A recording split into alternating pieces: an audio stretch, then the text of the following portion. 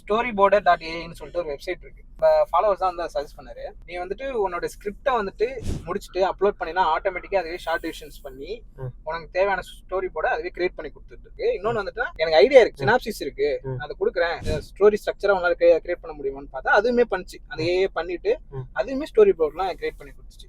அது ரொம்ப யூஸ்ஃபுல்லாக இருந்துச்சு. அது இல்லாம அந்த ஸ்டோரி போர்டு கிரியேட் ஆனதுக்கு அப்புறம் கொடுத்துருக்க ஸ்டோரி போர்டு ஒன்று பிடிக்கலன்னா அதை எடிட் வேரியேஷன் கொடுத்து எனக்கு இந்த மாதிரி வேணும் அதுக்குன்னு ஒரு ப்ராம்ப்ட் கொடுக்கணும். ஆனால் அதுக்கேற்ற மாதிரி அது மாற்றியும் தருது.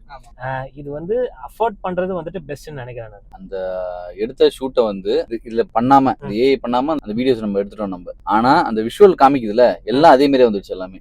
ஆல்ரெடி நாங்கள் ஒரு ஷூட் பண்ணியிருந்தோம். அந்த ஸ்கிரிப்டை வந்துட்டு நாங்கள் என்ன பண்ணியிருந்தோம், அதில் அந்த வெப்சைட்டில் போட்டு இதுக்கு நீ வந்து ஸ்டோரி போர்ட் ஜென்ரேட் பண்ணு அப்படின்றப்ப கொடுக்கும்போது நாங்கள் எப்படி எடுத்திருந்தோமோ ஒரு ஓப்பனிங்கில் ஒரு ஒயிட் ஷர்ட்டு ஒரு காஃபி ஹவுஸு அதே மாதிரி தான் அது ஜென்ரேட் பண்ணி கொடுத்துருந்தது. ஸோ அதை தான் அவன் சொல்கிறான். ஸோ அந்த மாதிரி அந்த வெப்சைட் செக் பண்ணி பாருங்கள், உங்களுக்கு கண்டிப்பாக யூஸ்ஃபுல்லாக இருக்கும்.